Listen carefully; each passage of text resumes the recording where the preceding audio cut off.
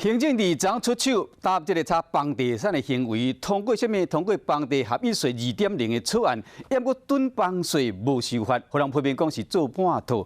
这行政院长苏贞昌就讲，是法律讲会影响到租厝的人，唔只系无修法。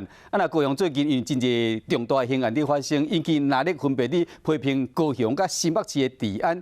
苏贞昌嘛讲啦，治安是无分内力，莫呢互相骂来骂去。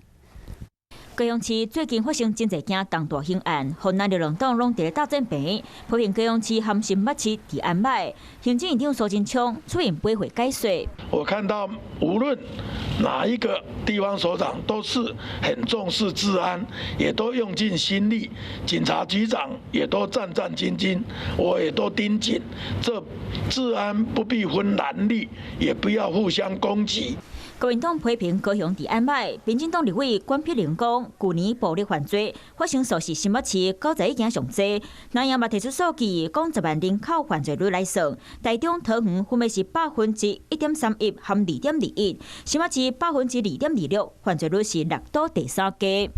不是纯粹看那个绝对的数字，新北的人数就是比高雄多很多啊，是要用比例，这个是基本的道理。我想做民意代表很久，这个不会不懂吧？不要拿这个 A 点 B 点，然后台北市、高雄市、新北市在那比来比去，我们应该看整体的方向。